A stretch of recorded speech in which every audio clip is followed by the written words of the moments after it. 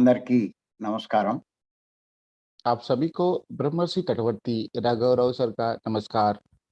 కార్యక్రమం ప్రారంభించే ముందు గురువు గారు బ్రహ్మర్షి పత్రి గారికి ఒక్కసారి మనం ధన్యవాదాలు చెప్పుకుందాం. कार्यक्रम शुरू करने से पहले हमारे गुरु ब्रह्मर्षि पितामह पत्री जी को धन्यवाद करते हैं। మనం గత 90 ఎపిసోడ్ నుంచి ఒక విషయమే చెప్పుకుంటున్నాం. हम पिछले 90 एपिसोड से एक विषय के ऊपर चर्चा कर रहे थे। ఈరోజు 91వ ఎపిసోడ్. आज का यह एपिसोड 91वां है। ఈ సందర్భంగా బ్రహ్మ జ్ఞానం గురించి చెప్పుకుంటున్నాం. इसी संदर्भ में ब्रह्म ज्ञान के बारे में बता रहे हैं। బ్రహ్మ ఎంత గొప్పవాడు, ब्रह्मा कितना महान है, బ్రహ్మ జ్ఞానం పొందినవాడు ఎంత గొప్పవాడు, जो ब्रह्म ज्ञान प्राप्त करता है वह कितना महान है। ఆ విషయాలన్నీ మనం కొంతవరకు చెప్పుకున్నాం. इन सभी विषयों का थोड़ा विवरण हम दे चुके हैं। నిన్న కూడా ఒక ఉదాహరణ ద్వారా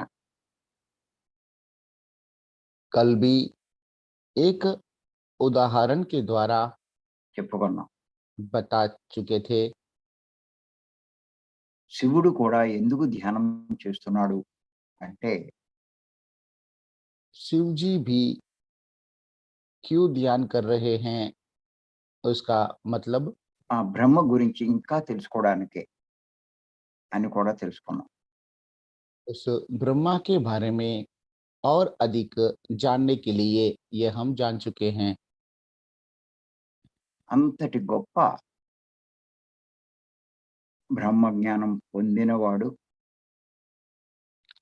इतना महान ब्रह्म ज्ञान प्राप्त करने वाले, పొందడానికి ప్రయత్నించేవాడు प्राप्त करने के लिए प्रयत्न करने वाले, అది పొందడానికి మార్గమైన ఈ శ్వాస మీద ధ్యాస చేసేవాడు उसे प्राप्त करने का मार्ग ऐसा श्वास के ऊपर ध्यान केंद्रित करने वाली साधना करने वाले, ప్రకృతిలో प्रकृति में ఎన్నో రకాల సహకారం పొందుతాడు. अनेक तरह के सहकार पाते हैं। ఎలాంటి సహకారాలు వస్తాయి, किस तरह के सहकार आते हैं, ఒక ఉదాహరణ ద్వారా చెప్పుకుందాం. एक उदाहरण के माध्यम से बताते हैं। మనందరికీ తెలుసు हम सबको पता है హిమాలయాల్లో ఎంతో మంది యోగులు हिमालयों में अनेक योगी యుగ యుగాల నుంచి కూడా युग युगों से కొన్ని వేల మంది లక్షల మంది ఈ మార్గంలో పయనిస్తున్నారు. कहीं हजारों लाखों लोग इस मार्ग में प्रयाण कर रहे हैं। అలాంటి యోగుల్లో ఒక హిమాలయ యోగి గురించి ఇప్పుడు మనం చెప్పుకుందాం. ऐसे योगियों में से एक हिमालय योगी के बारे में अभी बताएंगे। ఆయన చరిత్ర నేను చదవడం జరిగింది. उनका चरित्र के बारे में राघवराव सर ने पढ़ा है। ఆయన ముంబైలో ఉండేవాడు. वे मुंबई में रहते थे। ఏదో చిన్న వ్యాపారం చేసుకునేవాడు. कोई छोटा व्यापार कर रहे थे। సంసారము ఉంది. संसार भी हैं, కానీ ఎందుకో ఆయనలో ఒక అంతర్ప్రేరణ కలిగి लेकिन पता नहीं क्यों उनमें एक अंतर प्रेरणा जागृत हुआ। ఆయన అన్నీ వదిలేసి वे सब छोड़कर, అంటే సంసారాన్ని, मतलब संसार को, వ్యాపారాన్ని व्यापार को వదిలేసి छोड़कर హిమాలయానికి వెళ్ళిపోయాడు. सर హిమాలయాలకు వెళ్ళిపోయాడు. వదిలేసి హిమాలయాలకు వెళ్ళిపోయాడు. हिमालय चले गए थे, హిమాలయాలు. हिमालयों में चले गए थे। అది. ఇక్కడ మనం ఆలోచించవలసింది ఏంటంటే यहाँ पे सोचने वाली बात यह है, హిమాలయాలకు వెళ్ళడం తేలికే. हिमालयों में जाना आसान ही है, కానీ लेकिन అక్కడికి వెళ్ళిన తర్వాత वहाँ पे जाने के बाद అక్కడ ఏమీ దొరకవు. वहाँ कुछ भी नहीं मिलता है, తినడానికి ఉండదు. खाने के लिए भी नहीं रहता है, ఉండడానికి ఉండదు. रहने के लिए नहीं रहता है, విపరీతమైన చలి ఉంటుంది. बहुत ठंडी रहता है। హిమాలయాలు ఎత్తుకు వెళ్ళే కొద్దీ जैसे हम हिमालयों में ऊंचाई पे जाते हैं, ఆక్సిజన్ దొరకదు. ऑक्सीजन नहीं मिलता है, రోడ్లు దారులు ఉండవు. रोड और रास्ते नहीं होते हैं। మరి అలాంటి హిమాలయాల్లో तो ऐसे हिमालयों में వెళ్ళడము కష్టమే. जाना मुश्किल भरा होता है,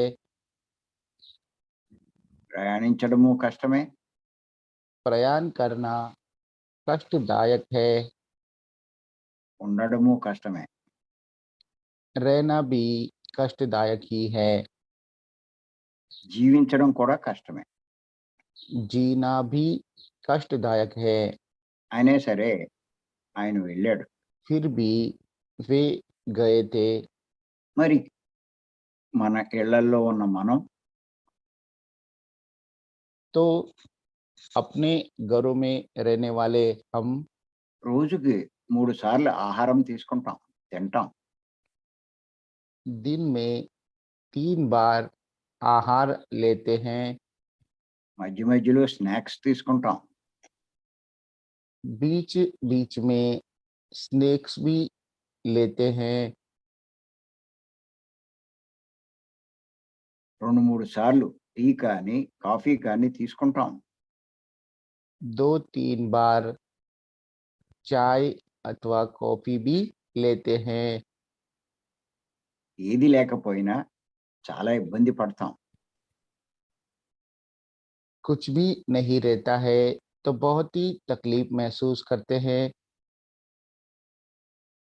తీసుకునే ఆహారం కూడా ఏదో ఒక రకమైన ఆహారం తీసుకోం. जो आहार हम लेते हैं वो भी कोई भी आहार नहीं लेते हैं। ప్రతిరోజు వెరైటీ మారాలి. प्रतिदिन वैरायटी मिलना चाहिए, రుచులు మారాలి. स्वाद भी बदलना चाहिए। టిఫిన్‌లో ఎన్నో రకాలు ప్రతిరోజు తీసుకుంటాం. अनेक तरह के टिफिन लेते हैं। ఇన్ని రకాలుగా ఉంటే కానీ మనం జీవించలేం. इतने तरह के रहते हैं, नहीं तो हम जी नहीं पाएंगे। మనం ఒక్కళ్ళు ఇంట్లో ఉండలేం. हम अकेले घर में नहीं रह पाएंगे। ఎవరో ఒకరు తోడు ఉండాలి. कोई भी साथ रहना चाहिए, సాయం ఉండాలి. सहाय रहना चाहिए। అలా జీవించేవాళ్ళు इस तरह से जीने वाले హిమాలయాలకు వెళ్తే हिमालयों में जाते हैं तो ఎలా జీవించగలరో ఒక్కసారి ఆలోచించండి. कैसे जी पाएंगे, एक बार सोच लीजिए। అయినా సరే ఆయన వెళ్ళాడు. फिर भी वे गए थे। ఆ హిమాలయాల్లో उन हिमालयों में దారి తెలియదు. रास्ता पता नहीं रहता है, ఎటు వెళ్ళాలో తెలీదు. किस तरफ जाना है वह भी ఎక్కడికి వెళ్ళాలో తెలీదు. पता रहता है, कहाँ जाना है वह भी पता नहीं रहता है। కానీ ఆయన అలా ప్రయాణిస్తున్నాడు. लेकिन वे ऐसे ही प्रयाण कर रहे थे, కానీ విచిత్రంగా लेकिन विचित्रता से అతనికి ఎవరో ఒకరు కనిపించడం, कोई एक दिखाई देना, ఆయనకు కావలసిన ఏదో ఒక ఆహారం ఆయనకు అందించడం జరిగేది. उनको जरूरत है ऐसा कोई भी आहार उनको मिलता था। దారిలో ఒక ఆయన కనిపించి रास्ते में एक व्यक्ति दिखाई देते हैं, ఒక రకమైన ఆకుల్ని ఆయనకివ్వడం జరిగింది. एक प्रकार के पत्तों को उनको दिया जाता है, एक प्रकार के पत्ते उनको देते हैं। ఆ ఆకులు తింటే उन पत्तों का सेवन करने से ఆకలి ఉండదు. भूख नहीं लगता है। అటువంటి ఆకులు కొన్ని ऐसे कुछ पत्तों को ఆయన మూట కట్టుకొని एक कपड़े में बांधकर ప్రయాణం సాగించాడు. आगे बढ़ने लगा, ప్రయాణం సాగించాడు. आगे यात्रा करने लगा।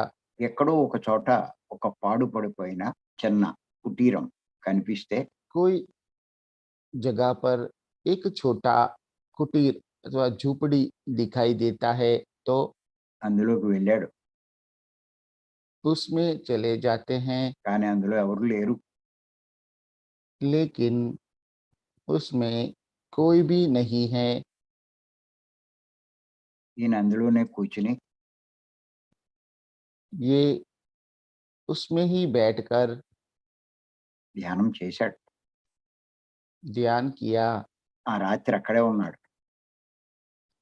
उस रात वहीं रुक गए थे। తెల్లవారాక ఆయన ధ్యానంలోంచి లేచి చూసేసరికి सुबह ध्यान में से उठकर देखते हैं तब కొన్ని ఫలాలు ఆయన ఎదురుగుండా ఉన్నాయి. कुछ तरह प्रकार के फल उनके सामने रखे हुए थे। ఆయన ఆశ్చర్యపోయాడు. उनको आश्चर्य हुआ, ఈ పళ్ళు ఎలా వచ్చినాయి అని. ये फल कहाँ से आए हैं। అలా కొన్నాళ్ళు జరిగింది అలా. ऐसे कुछ दिन बीत गए। తర్వాత ఒకసారి इसके बाद एक बार కొంతమంది వ్యక్తులు వచ్చి कुछ लोग आकर ఆ పళ్ళు పట్టుకొచ్చారు. वो फल लेके आए थे। ఈయన వారిని చూశాడు. इन्होंने उनको देखा। వారంతా ఈయన్ను वे सभी इनको ఒక గొప్ప స్వామీజీగా భావించారు. एक महान स्वामी जैसा मानते थे, అందుకే పళ్ళు ఇచ్చారు. इसीलिए फल दिए थे। ఈయన లేవడం చూసి వారు ఆయనకు నమస్కరించారు. जैसे ही ये उठे थे उसे देखकर उनको नमन किया। వారు వాళ్ళ గూడానికి ఈయన్ని రమ్మని అడిగారు. वे इनको अपने गांव आने के लिए आमंत्रण दिया। ఈయన అక్కడికి వెళ్ళాడు. ये वहां गए थे। అక్కడ కూడా చాలా కాలం ఉన్నాడు. वहां पे भी बहुत समय तक रुके थे, కానీ ఆయనకు అనిపించింది लेकिन उनको लगा ఇది కాదు నేను చేయవలసిన పని అని. ये नहीं है मुझे जो करना था। అక్కడి నుంచి మళ్ళా బయలుదేరిపోయాడు. वहां से फिर से चले गए थे। మళ్ళా ఇంకో ప్రదేశంలో ఇలాగే సాధన చేసుకున్నాడు. फिर दूसरे प्रदेश में ऐसे ही साधना कर चुके थे। ఎవరో వచ్చి कोई आकर నువ్వు పలానా చోటకి వెళ్ళాలి అని చెప్పడం జరిగింది. आपको एक जगह पे जाना है ऐसा कहा था। అని దారి చూపించి फिर उनको रास्ता दिखाते हैं ఆయన వెళ్ళిపోయాడు. और वो चले जाते हैं। మళ్ళా ఆయన కనిపించలా. उसके बाद वे दिखाई नहीं दिए। మళ్ళా ఆ ప్రదేశానికి వెళ్ళాడు. फिर से वो प्रदेश ये चले गए थे। హిమాలయాల్లో ఒక ప్రదేశం నుంచి ఒక ప్రదేశం అంటే కొన్ని కిలోమీటర్లు నడవాల్సొస్తుంది. हिमालयों में एक प्रदेश से दूसरे प्रदेश में जाने के लिए हजारों किलोमीटर चलना पड़ता है। ఆయన దారిలో కొంతమంది సాధకుల్ని కూడా కలవడం జరిగింది. अपने रास्ते में कुछ साधकों को भी मिलना हुआ। వారి సాంగత్యంలో కొన్ని విషయాలు తెలుసుకున్నాడాయన. उनके सांगत्य में कुछ विषय जान पाए थे। అక్కడ చేసిన సాధన వల్ల ఆయనలోనే ఎంతో జ్ఞానం అవగతమైంది. वहाँ पे जो साधना किया था उनसे उनमें बहुत ज्ञान अवगत हुआ था। ఇలా ఎక్కడికి వెళ్ళినా, ఏ ప్రదేశానికి వెళ్ళినా ఆయనకి ఆ సమయానికి ఏదో ఒక సహకారం అందేది. ऐसे ही कहीं पे भी जाते थे, कोई भी प्रदेश पे रुकते थे, तो उनको कोई ना कोई साकार मिलता था। సహకార్‌లా ఉంది. जी, साहकार प्राप्त होता था। నేను ఆహ్, ఆయన యొక్క చరిత్ర చదువుతున్నంత సేపు राघव राव सर जब उनकी चरित्रा पढ़ रहे थे तब అసలు ఈయనకి ఇలా సహకారం ఎందుకు లభిస్తుంది? वास्तव में इनको ऐसा साकार क्यों प्राप्त हो रहा है? మరి ప్రకృతో, భగవంతుడో ఎవరో అందిస్తున్నారు. प्रकृति या भगवान कोई भी इन तक पहुंचाते थे, మరి ఎందుకు అందిస్తున్నారు? तो क्यों पहुंचा रहे हैं? ఈయనకే ఎందుకు అందించారు? इनको ही क्यों सब कुछ दिए पहुंचाए थे? ఎంతోమంది ఉంటే अनेक लोग हैं तो ఈయనకే ఎందుకు అందించబడుతుంది इनको ही क्यों दिया जाता है? అని ఆయన చరిత్ర చదువుతున్నంత సేపు ఆ ప్రశ్నే. ऐसा उनका चरित्र के बारे में पढ़ते हुए यही सवाल बार-बार आता था। చివరకు నాకు అర్థమైంది ఏంటంటే अंत में राघव राव सर को ये समझ में आया ఆయన ఇలా సాధన చేసి वे ऐसे साधना करके జ్ఞానం సంపాదించుకొని ज्ञान प्राप्त करके ఆ ధ్యానాన్ని, उस ध्यान को, జ్ఞానాన్ని ज्ञान को ఎంతో మందికి బోధించాడు. अनेक लोगों को बोधित किया था। ఎంతో మందికి ఆ మార్గాన్ని అందించాడు. अनेक लोगों को यह मार्ग बताए थे। అప్పుడు నాకు అర్థమైంది तब राघव राव सर को समझ में आया ఎవరైతే ఈ సత్య మార్గాన్ని जो इस सत्य मार्ग को అందరికీ బోధిస్తూ ఉంటారో सबको बोधित करते रहते हैं, వారికి ప్రకృతి నుంచి उनको प्रकृति से ఎప్పుడు ఏది అవసరమో जब जिसका जरूरत रहता है ఆ సహకారం అందుతుంది అని అప్పుడు తెలుసుకున్నాను. वही साकार उनको मिलता है, ऐसा राघव सर जान पाए। ఆయన ఆ చరిత్రలో ఇంకా ఎన్నో విషయాలు నేను చదివాను. उनके चरित्र में ऐसे ही अनेक विषयों को पढ़ चुके थे, కానీ ఇక్కడ మనకున్న సమయభావం వల్ల అన్నీ నేను విపులంగా వివరించలేదు. लेकिन यहाँ पे हमारे पास समय कम है, इसलिए सबका विवरण नहीं दे पाएंगे। అప్పుడు నేను అర్థం చేసుకున్నాను. तभी राघवराव सर ये समझ पाए थे, ఈ సత్య మార్గమైన ఈ శ్వాస మీద ధ్యాస ధ్యానాన్ని यह सत्य मार्ग ऐसा श्वास के ऊपर ध्यान केंद्रित करने वाली साधना मार्ग ఇంతటి అద్భుతమైన జ్ఞానాన్ని इतना अद्भुत ज्ञान ఎవరైతే అందరికీ అందిస్తూ ఉంటారో जो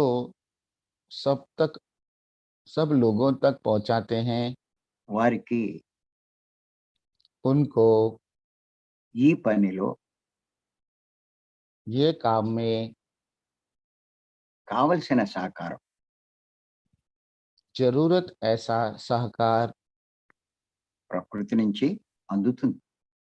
प्रकृति से मिलता है। వారికి అన్ని రకాల అవసరాలు ప్రకృతే చూసుకుంటుంది. उनका सभी तरह की जरूरतों को प्रकृति ही देखता है, అని నేను అర్థం చేసుకున్నా. ऐसा राघवराव सर समझ चुके थे। మనం చూడండి పత్రి గారిని కనుక మనం తీసుకుంటే हम पत्री जी को ही उदाहरण के लिए देखते हैं तो ఆయన ఉద్యోగం చేసేవాడు. वे नौकरी कर रहे थे, కుటుంబాన్ని పోషించుకునేవాడు. अपना परिवार का पोषण करते थे, కానీ ఒక ప్రేరణ వల్ల लेकिन एक प्रेरणा के वजह से ఆయన ఉద్యోగం వదిలేశాడు. उन्होंने अपनी नौकरी छोड़ दिया। ఈ ధ్యానాన్ని ఆయన పొందిన జ్ఞానాన్ని यह ध्यान और वे जो ज्ञान प्राप्त कर चुके हैं वो ज्ञान అందరికీ బోధించడం మొదలెట్టాడు. सबको बोधित करने लगा। మరి కొన్నాళ్ళు చాలా ఇబ్బందులు పడ్డాడు. ऐसे कुछ दिन तक बहुत ही मुश्किलों का सामना करना पड़ा, చాలా కష్టపడ్డాడు. बहुत मेहनत किए,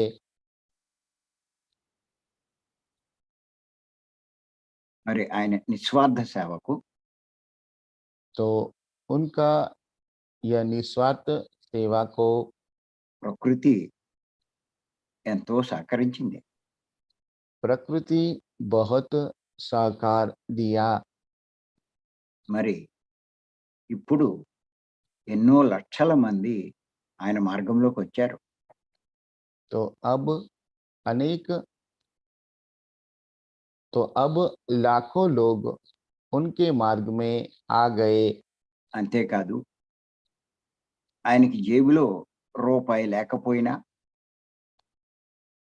इतना ही नहीं, इनके खीसे में एक रुपया भी नहीं रहता था, फिर भी పెద్ద పెద్ద ప్రాజెక్టులు కోట్ల రూపాయలతో నిర్మించగలిగాడు. बड़े बड़े प्रोजेक्ट करोड़ों रुपयों से निर्माण किए। ఒక పిఎంసి ఛానలే ఆయన స్థాపించాడు. एक पीएमसी चैनल भी उन्होंने स्थापित किया। బెంగుళూరు ఆ పిరమిడ్ వ్యాలీ స్థలం కొన్నప్పుడు बेंगलोर पिरामिड वैली का स्थल जब खरीदे थे तब ఆయన దగ్గర ఒక్క రూపాయి కూడా లేదు. उनके पास 1 रुपया भी नहीं था। ఆ సమయంలో నేను ఆయన్ని అడిగాను. उस समय में राघवराव सर ने पत्री जी को पूछा, ఇప్పుడు మనకు అది అంత డబ్బు లేకపోయినా ఇప్పుడు అది మన అవసరం ఏమొచ్చింది అని అడిగాను. तो हमारे पास पैसे नहीं थे, पैसे नहीं हैं, तो उसकी क्या आवश्यकता है? ऐसा पूछा। అప్పుడు ఆయన ఏమన్నారంటే, तब उन्होंने ये कहा,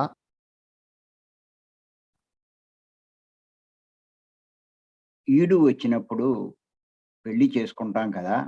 सही उम्र पे शादी कर लेते हैं ना? అంతే అన్నారు.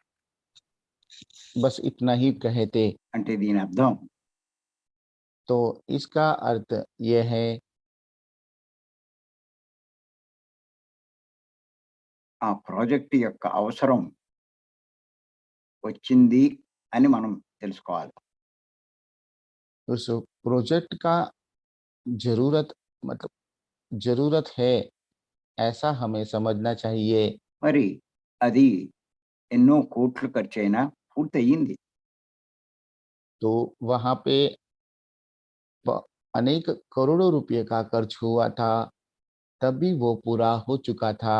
ఆయన పని ఇంకా ఉండడం వల్ల उनका कार्य अभी भी शेष रहा था, इसीलिए హైదరాబాద్ కడతాల్లో ఇంకొక ప్రాజెక్ట్ వచ్చింది. हैदराबाद में करताल में एक और प्रोजेक्ट आया। అలాగే ఈస్ట్ ऐसे ही గోదావరిలో ఇంకొక ప్రాజెక్ట్ వచ్చింది. ईस्ट गोदावरी में एक और प्रोजेक्ट आया। ఆయన కార్యక్రమం జరగాలి కాబట్టే టీఎంసీ ఛానల్ కూడా వచ్చింది. उनका कार्यक्रम चलना चाहिए, इसीलिए पीएमसी भी आ गया, पीएमसी चैनल भी आ गया। ఇన్ని వస్తున్నాయి అంటే ప్రకృతి సహకారం లేకపోతే ఎలా వస్తాయి?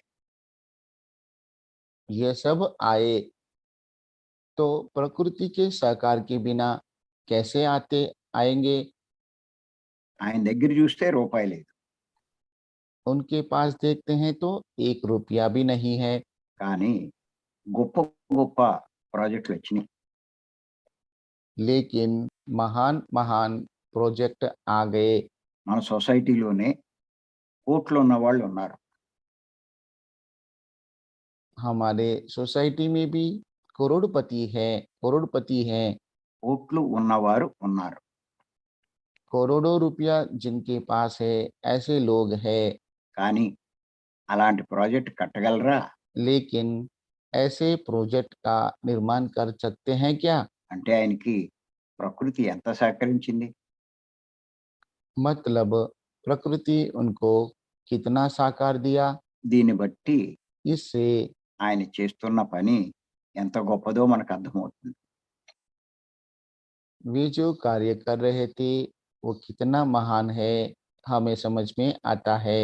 ఆయన 3 ముఖ్యమైన పనులు చేస్తున్నాడు. वे 3 मुख्य काम कर रहे थे। జీవహింస జరగకుండా చూస్తున్నాడు. जीव हिंसा नहीं हो उसके लिए प्रयत्न कर रहे हैं। శ్వాస మీద ధ్యాస అన్న సత్య ధ్యానాన్ని బోధిస్తున్నాడు.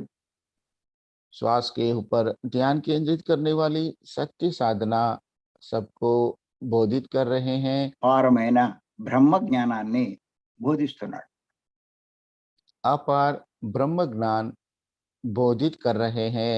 అదే ఆయన సక్సెస్‌లోని రహస్యం. यही उनकी सफलता का रहस्य है। ఎందుచేతనంటే क्योंकि ఇప్పుడు లోకంలో अभी इस लोक में హింస ఎక్కువగా ఉంది. हिंसा अधिक है। అంతా అజ్ఞానంలో ఉన్నారు. सब अज्ञान में है। ఎవరూ ధ్యానం చేయట్ల. कोई भी ध्यान नहीं करते हैं। ఈ మూడిటి యొక్క అవసరం ప్రస్తుతం లోకంలో ఉంది. इन तीनों का जरूरियात प्रस्तुत इस लोक में है। అందుకే ప్రకృతి ఆ పని చేసే వాళ్ళకి పూర్తి సహకారం అందిస్తుంది. इसीलिए पत्री जी ये काम करने वालों को पूरा सहकार देता ప్రకృతి है। నాయన పత్రిజీ కాదు. सॉरी सर, ప్రకృతి प्रकृति पूरा सहकार ఇలాంటి देता, పని చేసే వాళ్ళకి పూర్తి సహకారం అందిస్తుంది. ऐसा कार्य करने वालों को पूरा सहकार देता है। అందుచేత इसीलिए గుర్తు చేసుకోండి, याद रखिए, ఈ ధ్యానం చెప్పడము, यह ध्यान बताना, ఈ జ్ఞానాన్ని అందరికీ అందించడం यह ज्ञान सब तक पहुंचाना, అంటే అందరి అజ్ఞానాన్ని తొలగించే ప్రయత్నం చేయడం. मतलब सबका अज्ञान दूर करने का प्रयत्न करना। ఎంత గొప్పదో మనం తెలుసుకోవచ్చు. कितना महान है हम जान सकते हैं। ఒక రకంగా చెప్పాలంటే एक प्रकार से कहेंगे तो మానవులు చేసే అన్ని పనుల కంటే मानव जो कार्य कर रहे हैं उन सभी में से, అన్ని సేవల కంటే सभी सेवाओं में से ఈ జ్ఞానాన్ని అందరికీ అందించడం అన్నది గొప్ప సేవ. यह ज्ञान सब तक पहुंचाना महान सेवा है। సత్యాన్ని బోధించడం అన్నది చాలా గొప్ప పని. सत्य बोधित సత్య करना बहुत ही महान कार्य है। ఇది నేను అర్థం చేసుకున్నాను కాబట్టే इसे राघवराव सर समझ चुके थे, इसलिए ఈ సత్య బోధ అంటే జ్ఞాన బోధ यह सत्य बोधन मतलब ज्ञान बोधन నేను బోధిస్తూ ఇన్ని राघवराव చోట్ల सर తిరుగుతున్నాను. बोधित करते हुए इतने ఇన్ని जगह చోట్లకు తిరుగుతున్నా. पर्यटन कर रहे हैं। ఈ పనికి అంత ప్రాముఖ్యం ఇస్తున్నా. इस कार्य के लिए इतना प्रामुख्यता दे रहे हैं। నా వ్యాపారాలన్నీ మానేశాను. उनके सभी व्यापार बंद कर दिए हैं। నాకు ఏ సరదాలు, ఏ కోరికలు లేవు. राघवराव सर को अभी कोई इच्छा या खुशी मतलब खुशी के लिए और कार्य नहीं करते हैं। సంసారాన్ని కూడా దూరంగానే ఉంచాను.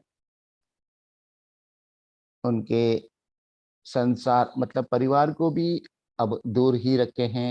మా ఇద్దరి పని, నా పని, మా మేడం పని ఏమిటి అంటే दोनों का कार्य सर का और माताजी का वो ये है, ధ్యానాన్ని చెప్పడం, ध्यान बताना, జ్ఞానాన్ని అందరికీ అందించడం.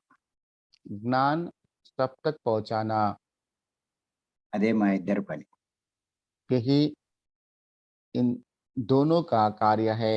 చివరి జన్మల్లో आखिरी जन्मों में నేను చివరి అని చెప్పన్నాను. आखिरी जन्मों में ఎవరైనా చేసే పని ఇదే. कोई भी यही कार्य करते हैं। మనమందరం కూడా हम सब भी ఈ జూమ్‌లో పాల్గొనే వాళ్ళందరూ इस ज़ूम में जो भी भाग लेते हैं, वह सब ఈ ప్రయత్నమే చేస్తున్నారు. यही प्रयत्न कर रहे हैं, ఆ మార్గంలోనే ఉన్నారు. उसी मार्ग में हैं। అటువంటి వాళ్ళే మన 3 రోజుల క్లాసులకొస్తున్నారు. ऐसे लोग ही हमारे 3 दिन के कार्यशाला में आ रहे हैं। భీమవరం క్లాసులకొస్తున్నారు. भीमवरम क्लास में आ रहे हैं। ఖచ్చితంగా మీరు కూడా निश्चित रूप से आप भी నా స్థాయికి राघवराव सर के स्थाई तक, పత్రి గారి స్థాయికి पत्री जी के स्थाई तक తప్పకుండా వస్తారు. निश्चित रूप से पहुंच जाओगे।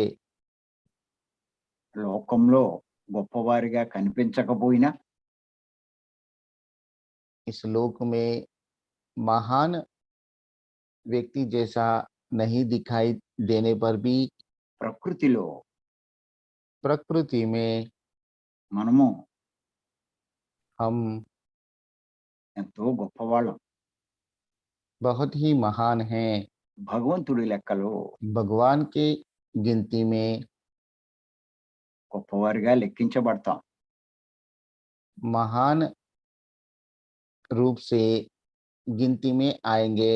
ఇక్కడ మా జిల్లాలోనే यहाँ पे मतलब राघवराव सर के जिला में తణుకు గ్రామంలో तनुकु नामक ग्राम में చివటం అమ్మవారనే అవధూత ఉండేవారు. चिवटम नाम का एक माताजी रहते थे। చివటం అమ్మవారు जी, चिवटम नाम का माताजी अनंत दशक ఉమ్, रहते थे। అవధూత जी, नाम का चिवटम माताजी नाम के एक अवधूत रहते थे। ఆవిడ ఏమన్నారంటే उन्होंने यह कहा है, ధ్యానంలో ఎదిగేవారంతా పరాకాష్ఠకి వెళ్ళేవారు. ध्यान में आगे बढ़ने वाले सभी पराकाष्ठा तक पहुंचने वाले, భౌతిక అవసరాల మీద దృష్టి ఉంచని వారు भौतिक जरूरतों के ऊपर दृष्टि नहीं रखने वालों को, సుఖాల మీద దృష్టి పెట్టని వారు सुखों के ऊपर दृष्टि नहीं रखने वाले, ఈ లోకంలోని పిచ్చి వాళ్లకు इस लोक के पागलों को పిచ్చివాళ్ళుగా కనిపిస్తారు. पागल जैसा ही नजर आते हैं, అని ఆవిడ చెప్పడం జరిగింది. ऐसा उन्होंने कहा था। అందుచేత इसीलिए గుర్తుంచుకోండి, याद रखिए, మిమ్మల్ని కూడా आपको भी మీ దగ్గర వారు आपके निकट लोग తెలిసిన వారు जो आपको जानते हैं పిచ్చివారనే అంటారు. पागल ही कहते हैं। మీరు చేసే పనులు आप जो कार्य करते हो వారికి పిచ్చిగానే కనిపిస్తాయి. उनको पागल जैसा ही नजर आता है, కానీ लेकिन వాళ్ళే నిజమైన పిచ్చివాళ్ళు. वास्तव में वे ही पागल है, వారికి ఈ జ్ఞానం లేదు కాబట్టి. क्योंकि उनको यह ज्ञान नहीं है। మరి అటువంటి గొప్ప మార్గాన్ని పత్రి గారు మనకి ఇచ్చారు. तो ऐसा महान मार्ग पत्री जी ने हमें दिया है। Thank you. धन्यवाद। तो इस तरह से आज का गुरुजी का संदेश यहाँ पे समाप्त होता है। तो इस संदेश के बारे में अपना मंतव्य, अभिप्राय ज़रूर व्यक्त करेंगे। तो सबसे पहले मैं निखिल जी को आमंत्रण देता हूँ। नमस्ते निखिल जी, अपने आप को अनम्यूट करेंगे। नमस्ते, चटवर्ती जी को प्रणाम। नमस्ते सर। नमस्ते सर। आज के इससे ये बोध होता है कि हम निस्वार्थ भाव से ध्यान करें, ज्ञान अर्जित करें और उसको समाज में जितना बांट सके बांटे, तो प्रकृति स्वयं हमारा ध्यान रखेगी। हर क्षण हर पल हमारा ध्यान रखेगी। हमको किस तरह की व्यवस्थाएं की जरूरत है, किस तरह से वो कार्य पूरे होने हैं, उसका हमको कोई भी किसी भी रूप से सोचना नहीं है, चिंता नहीं करना है, वह स्वतः पूर्ण हो जाएंगे। आज का इस डिस्कोर्स का यह सार है सर।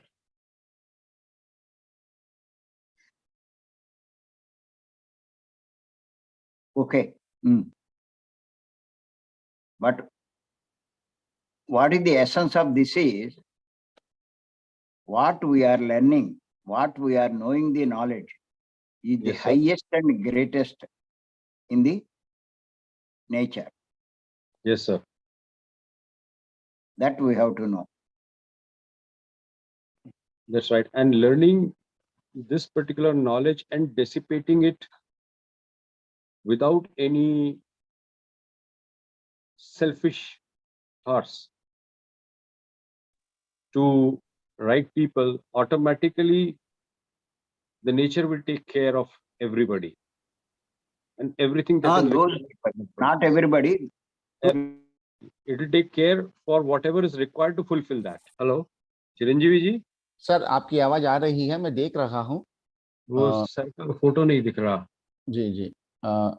मैम చూడండి గురుగారు ఉన్నారా? शायद सर डिस्कनेक्ट हो चुके हैं। मुझे दिख रहा। जी। Okay, sir. Yes, sir. What we are acquiring is the highest knowledge and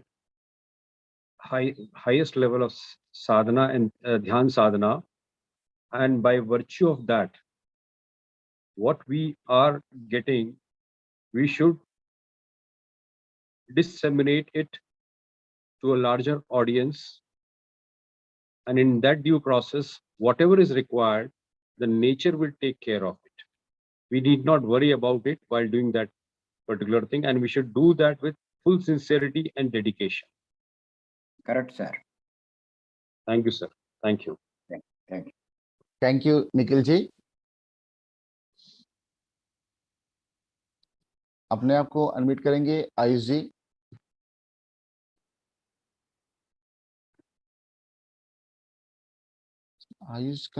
Ayush जी आप उपस्थित हो, आपका नाम नहीं दिखाई दे रहा है। Anil Jadhav. సార్ ఆయన మాట్లాడారు సార్, మన కోలాపూర్ నుండి ఉంటారు ఆయన. సరే సరే. నాకు మాట్లాడడం కొంచెం ఇబ్బందిగా ఉంటుంది. సరే. yes ఆయుష్ లేడా? ఆయుష్ గారు కనిపించట్లేదు సార్. గీతాంజలి, గీతా గారిని చూస్తున్నాను సార్. చూడమ్మా సింధు. नमस्ते गीता जी, अपने आप को अनम्यूट कीजिए। चटवर्ती राघव सर, आत्मवंदन, कोटि कोटि प्रणाम। ब्रह्म ज्ञान में मैं आगे बढ़ रही हूँ, मुझे दिखाई दे रहा है, समझ में भी आ रहा है। आज एक हिमालय योगी के एग्जाम्पल के द्वारा एक अंतर प्रेरणा जागृत होना कितना जरूरी है आपने बताए। आगे कहूँ सर? Okay okay. और इसी दौरान आपने ये बताए कि पत्री जी कैसे थे, और यही लाइन पे आए कि जो हम सब कुछ छोड़ देते हैं किसी को कुछ ज्ञान बांटने के लिए। पत्री जी ने जो काम किया, प्रकृति अपने आप उनको सहाकार दिया। जैसे एक महायोगी को, हिमालयन योगी को प्रकृति ने मदद किया, वैसे ही पत्री जी को भी जब अपने नौकरी छोड़ा, अपने संसार से थोड़ा दूर भी होने लगा और लोक कल्याण के लिए जो कुछ ध्यान और ज्ञान उन्होंने पाया, बुक के द्वारा, ध्यान के द्वारा पाया, लोगों को बांटने के लिए जैसे वो घर से निकल पड़े, बहुत स्ट्रगल, बहुत मुश्किलें उनको झेलने पड़े, फिर भी वो छोड़े नहीं, मन ये नहीं छोड़े, आगे बढ़े। और आज हम देखते हैं हजारों हजारों पिरामिड निर्माण हुआ है और ज्ञान विदेशों में बांट रहा है। उनके जरिए जो कुछ ध्यान और ज्ञान उन्होंने दूसरे पिरामिड मास्टर्स को दिया है, वो सब स्प्रेड हो रहा है। तो हम कुछ कर गुजरने के लिए मन में ठान लेते हैं, तो प्रकृति अपने आप हमें मदद करता है। आगे ये भी बताइए सर, आप भी और मैडम भी यही काम, पत्री जी ने जो मार्ग दिखाया, आप और मैडम उसी मार्ग पे चलते आए, हम सभी को ध्यान और ज्ञान बांटते हैं। मैं गए 8 महीने से सुन रही हूँ कैसे आप ये ध्यान और ज्ञान बांट रहे हैं। Very very nice sir. आपने अंत में एक लेडी की उदाहरण भी दिया, उसका एक गांव आपने बताया, चिविटम चिवटम अम्मा। अम्मा। एक जिला में, एक छोटे से गांव में एक माता ने ऐसे बात बताई, तो हमें जरूर इसके ऊपर ध्यान देना चाहिए, हम ध्यान करना चाहिए और ज्ञान भी बांटना चाहिए सर। सर मैं ये जरूर ये बात ध्यान रखूंगी और जितने हो सके मैं भी यह बात करूंगी sir. Another thing, I am very happy you will be here next Saturday, Sunday, Monday. I'll be very Yes, very happy. I will come to Mumbai. Yes sir, I know, I have heard about it. I'm looking forward to hear from you directly. Okay, madam. Thank you sir, thank you. Close చేసామా Chiranjeevi? Yes sir. तो अभी हम यह session को यहाँ पे समाप्त घोषित करते हैं। मिलते हैं कल सुबह के प्रातःकालीन ज्ञान व गुरु जी के दिव्य संदेश के लिए। तब तक हम आपसे रजा लेते हैं। धन्यवाद। Thank you, thank you, thank you.